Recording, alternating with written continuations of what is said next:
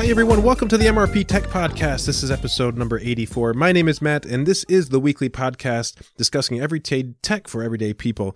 Thanks again for joining me this week. If you haven't listened to any previous episodes, you can check out all the episodes of the MrpTech Podcast over at podnuts.com. Podnuts is the tech podcast network, and I'm proud to be a part of that network. Go check out that website and all the other great shows on that network, and give some of them a listen as well. This week, I'd like to start off with some listener feedback, and feedback comes from in response to last week's episode regarding number stations. That was the theme for last week. But at the beginning of last week's show, I was kind of graping a little bit on YouTube. And this message comes from Ivor, I believe his name is. And he says, sorry to hear about your difficulties with YouTube. There is a flip side, though, as it indicates there's trying to do something about the ton of absolute garbage that comes from videos that are uploaded and get clicks and views and therefore ad revenue. Things have been ruined, and now all the genuine content providers like you who are struggling to get any kind of revenue from their interests. And so I definitely agree that that there is a plus side to the whole issue and ordeal with YouTube. If you didn't listen to the show last week, I mentioned that I got an email notification saying that I could no longer monetize YouTube videos because I either didn't have enough hours of watch time or I didn't have enough subscribers. I had plenty of hours of watch time. The subscriber thing on my YouTube channel, I don't have the 1,000 subscribers on the YouTube channel in order to meet those notifications. So I was complaining a little bit last week about that, and I definitely get it. There's a lot of garbage that gets put on YouTube, and I can see why they're trying to do that. And I should have mentioned that in last week's episode. I did not mention that. There are plus sides of it as well. Oddly enough, the most ridiculous thing about it for me is after I published last week's episode, I went home from my office at school. I went home, and sitting on my kitchen table was an envelope from Google AdSense saying, here's your PIN number. We want to pay you finally after 2 years, the $10 that you've earned over 2 years. So, hey, I just got to put that PIN number in, and I finally made $10 from YouTube over the last 2 years. So, I'm not getting rich by this by any means, but I thought it was so strangely odd at the same time that I was told that I could no longer monetize, that I hit that mark where I could actually get paid for it. Just a strange coincidence at that. So, I was a little frustrated at YouTube, and thanks for the message. I definitely get it. I definitely understand that there are some things that they're trying to do that they're trying to filter out all of those YouTube videos that are just a collection of cesspool type materials that nobody really needs, and they are taking away revenues from people who are trying to provide genuine content. So I get that. And if you're listening, you want to help me out and you help me get to that $1,000. If you want to help me get to that 1,000 subscriber mark on YouTube, just go check out the MrpTech Reviews channel. You can listen to all the podcasts. You can listen to and watch some videos that I post from time to time. And once in a while, when I get up the nerve, I actually do a live stream on there as well. So I definitely appreciate that message, and I haven't responded to it yet on the YouTube channel, but I will just after I record this the podcast. Okay, next up, again, a little bit more listener feedback. This message comes from JT, who emailed way back in episode 35 of the MrpTech Podcast, and he had a few questions for me. And he says, do you have any tips or resources for better understanding copyrights and royalties? For example, collaborating with others and submitting for copyright registration, getting paid for music someone else sells. I do have some resources for you, and I'll send you those links, JT. But here is kind of the general idea. And a lot of people get mixed up in copyright law because it's deeply, deeply convoluted, and it is confusing. And I'm not sure there's one person out there who really has a full idea of how the copyright laws work, because there is a lot of gray area. And so copyright laws are meant to protect creators. That was the original inception for it. So I tell my students that, if Jimmy created a $5 million painting in the art room, and then he shared that work with his best friend Scott, and Scott went and made that same exact artwork and made 40 copies of them, then Jimmy loses $35 million because of that artwork being literally stolen and replicated. And a lot of people get that. So authors can own their rights to their own compositions or creations. And that is genuinely what the copyright laws are supposed to protect. However, copyright laws are also protecting recording companies and production companies, and now with recording, well, it's always been recording companies make the majority of the money, and the artist gets paid almost nothing. So their composition or creation can be copyrighted for many years, upwards from 75 years to now 95 years, because the average human life is expanding. And so the copyright laws are entitled for 75 years, and they can be passed on from generation to generation. So, for instance, there are people out there who own the copyright materials to the Beatles archives, or even older music, and it gets passed down, and it can be inherited as well. So just a few general things about music-wise. And usually this blows my students' mind when I talk about them. So number one, you cannot reproduce the music or the lyrics of a copyrighted material without permission. You cannot display lyrics on a movie screen. You cannot take a song and play it in public. So you cannot take the music and you cannot distribute the music or the lyrics for free, for no profit, or for profit. So you cannot take copies of music and give them out for free if it's a copyrighted work. The idea is they should go and buy it themselves. The other thing is you can't just pass out song lyrics and for free. Those are copyrighted works.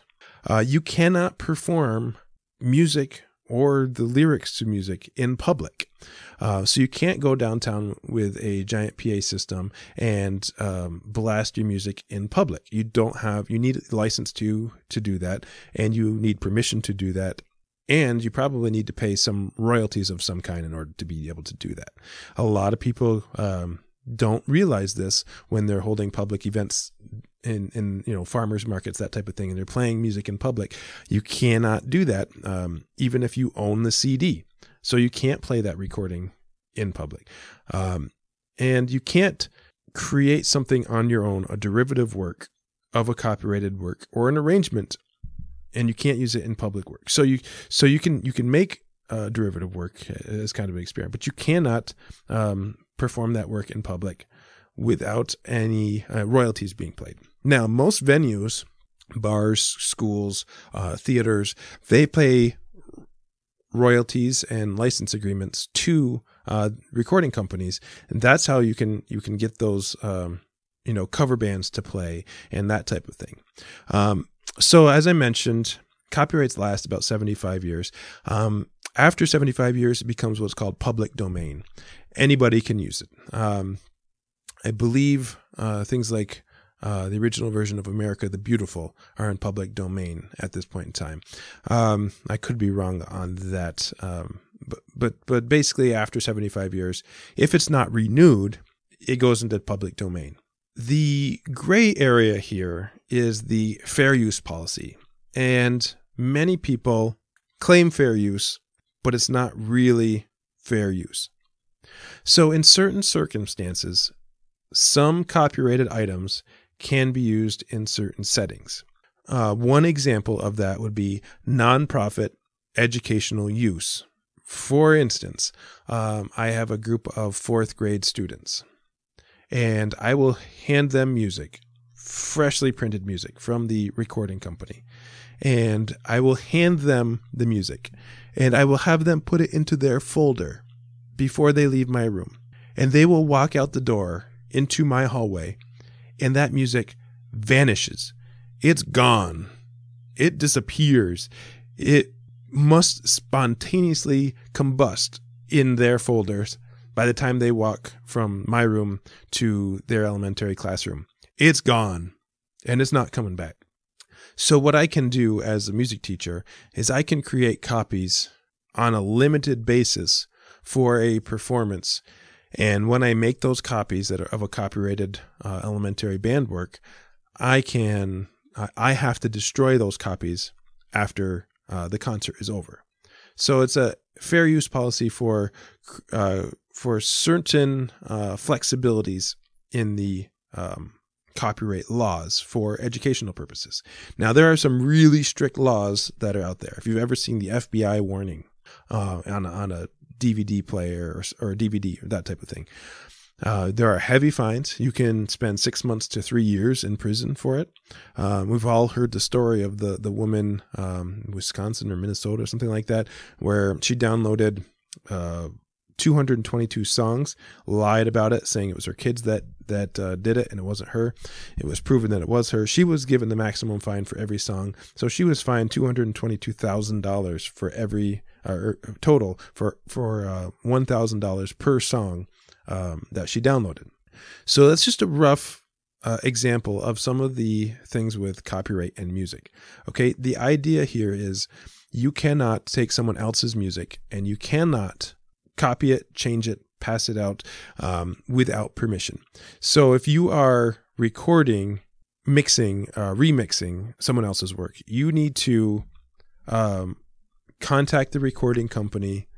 You need to fill out any paperwork that they have regarding permission or royalties, and make sure you have that letter of permission from them before you publish your work and give it out, even if it's for free. That is the kind of standard issue here. To give you an example of that, the theme from this show, which I really liked, and a little backstory here is I used to play in a jam band a long time ago, and I really enjoyed playing in that group. That group allowed me to be more creative and spontaneously creating music on the spot, improvising music than I have ever had before, and it was a very fun group to play in. And when I picked the theme from this for this podcast, I wanted something to sort of be able to reminisce on my playing in the jam band days, and so that's why I used to play a little bit of keyboard and piano at the same time. Not at the same time. I would bring both my keyboard and my trumpet for these performances, and so I'd play a little bit of both. And so the when I first got this song for the theme for this show, I had to purchase a license for it, saying I could reuse it for a certain amount of listenership. I believe it was 100,000 listeners or something for the basic license, and another license I had to pay more if I wanted to get even more than that. So my listenership isn't 100,000, I can tell you that. So I did pay for a license to be used, and I have that copy of license. And one time, as I was uploading the video to YouTube, I got a copyright flag put on it, and it said, you need to take this video down because the music is copyrighted. I did protest it. I submitted my license, and the flag was taken down because I was in the right at that point in time. I haven't had that issue since, and I think they may have marked my account so that doesn't happen again. So that in one sense sort of saved me just having that license ready to go. So to make sure that things are done the right way, always make sure you get permission, and never download music from sources that you're getting it for free. Number one, you're not supporting your artist, unless you're doing something like Creative Commons, where there's music that's published for Creative Commons. Now, I'm not going to get into whether that's right or whether that's wrong. Some people will argue that you can give music away. They'll go buy more music, and that's been proven over and over and over again. That's not what the debate I'm getting into. What I'm just talking about is copyright laws specifically. So JT, that is some of the resources. So as far as getting something copyrighted, it's just an application. I think there's a small fee involved. You can get something registered, and the layman's way to copyright something that is not officially copyright, but a way to protect yourself is if you create something, put it in an envelope and mail it to yourself, and do not open it. What that does is that has the date marked on there of when you created your work, and it is sealed so that if somebody else creates the same exact thing after you, that will be upheld in some court settings for you creating it first, and that's your proof that you created it first. So you can not really copyright it, but you can have proof that you created something before someone else did. So that's what it is. As far as getting paid for music someone else sells, that is walking a fine line that I don't think you should really do other than getting permission again. JT also wrote to me. He asked, if you don't remember JT, last time I did this show way back in episode 35, I actually mispronounced his website. His website, golively.com, and he does a lot of tech stuff. He was into some music stuff and even some workout things at one point in time. And so he does a lot of creating similar to myself. And so it's good to hear from him again. I'm glad he sent me an email. So he likes to share a lot of his resources. So go check out his website, golively.com. And lastly, JT, what I'm going to do for you is I'm going to put some links in the show notes to some copyright information, the actual copyright laws themselves. And by no means am I a lawyer. And like I said, there's a lot of gray area when it comes to this stuff. Okay. There's a fine line between playing music for personal enjoyment and playing music in public, as well as music in education as well. So really, really take a look at some of those things and know your fair use policy inside and out. We've all seen the YouTube videos where somebody posted and the black screen shows up saying this video has been removed due to copyright violations. My favorite thing to see is videos posted on YouTube, and in the description it says, "No copyright violation intended. I do not own this work." Yeah, you're still violating copyright if you're putting up somebody else's work on YouTube. So if you're posting that music video, or you're putting the lyrics to music video on YouTube, and you write in the no copyright intended, violation intended, that's not going to save you. That's that's still copyright. Whether or not you wrote that you didn't intend to do it, well, you kind of did. You posted it on YouTube. So just keep that in mind. You don't want to get music for free ever, without the chances of paying consequences, unless it's labeled free for reuse. And then anytime you're using copyrighted work, get permission. That's what's going to keep you the safest. Okay, so there was some kind of fun feedback this week, and I appreciated these messages. There is another email that I wanted to share with you all. And this message comes from George, who lives in the Western New York area. And he says, "Hello, Matthew. First off, thanks for the great podcast. By profession, I work in a healthcare, IT, and consulting, do some consulting on the side. But I dabble in ed tech as well, and I love that focus on your podcast. You're filling in for the now defunct Tightwad Tech Podcast. If you ever listen to those guys, you should give them a listen. You'll see there's a lot of parallels to your show. I actually learned about iTalc from those guys back in the day and had lamented its decline. I was thrilled to hear about Vayon, which you mentioned in your last show, and wanted to give it a try. I handle the IT for a small Catholic preschool, and the technology coordinator will be thrilled to hear about this.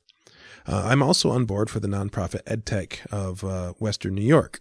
So he goes on and he asked me a little bit about my EdTech center, and he was really interested in Vayon, which I brought up in the last couple episodes. And I hope, George, I hope you were able to check out Vayon and get it working on your system. From what I hear, it's much easier to install than iTalc was.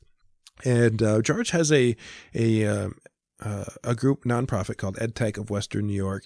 You can check out his website, www.edtechwny.org. And his organization has programs for getting schools set up and organized for any technology needs. So a lot of equipment is donated to his school to his organization, and they donate it out to organizations that are in need of technology. Anything technology related. And they have a long list of schools and organizations they've helped out.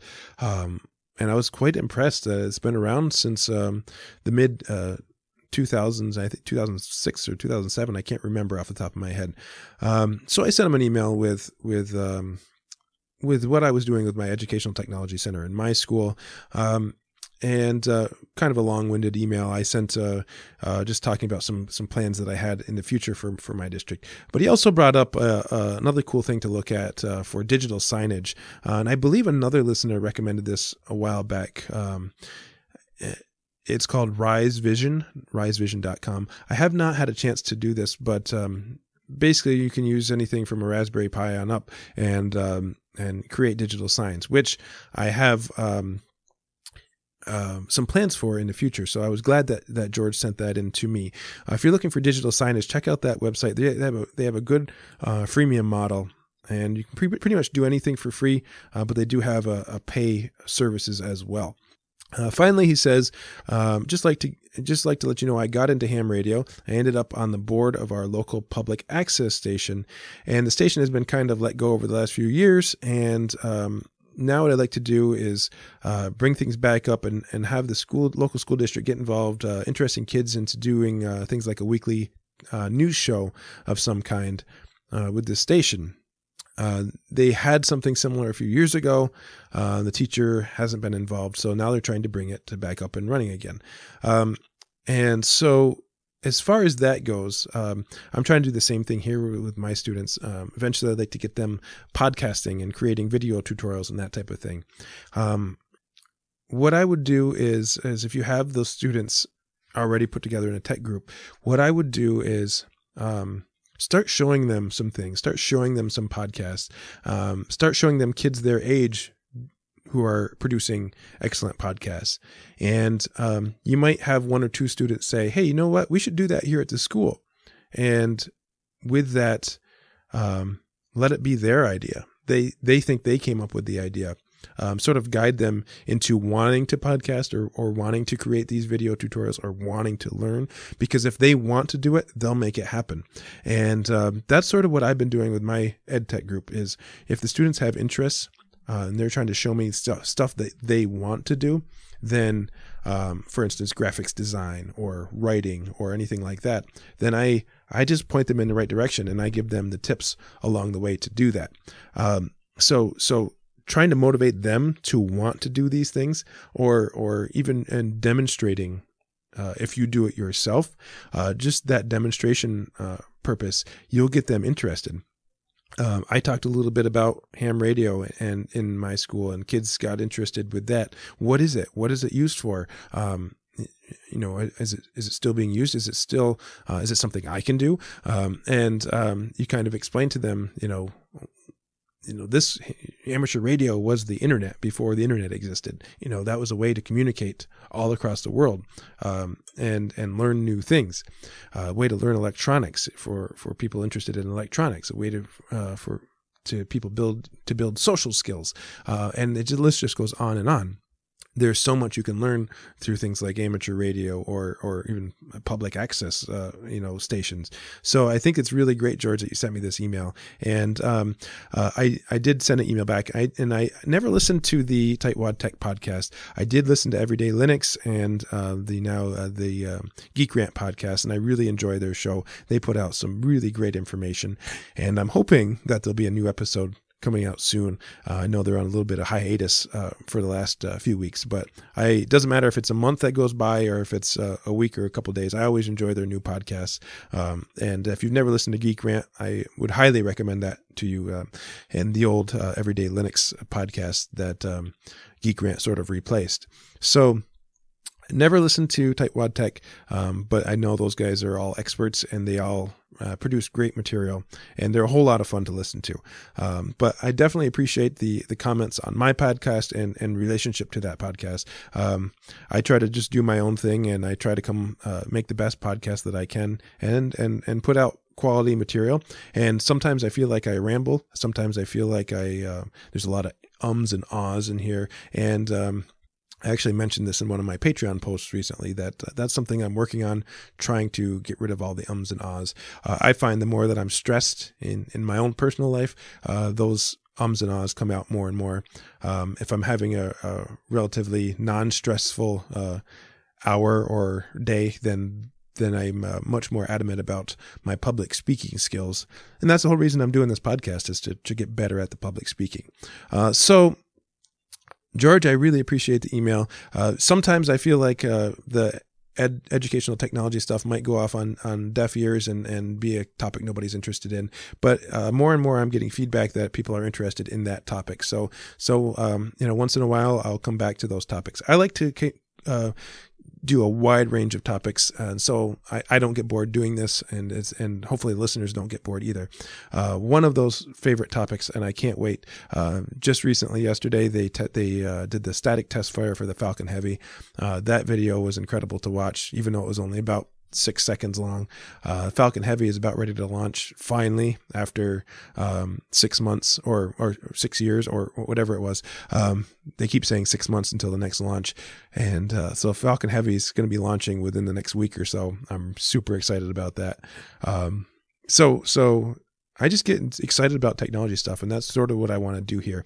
So I'm going to call it a day because I have a class coming in here soon. I'm kind of doing this kind of on the spot because I had 3 emails that kind of came in really quickly.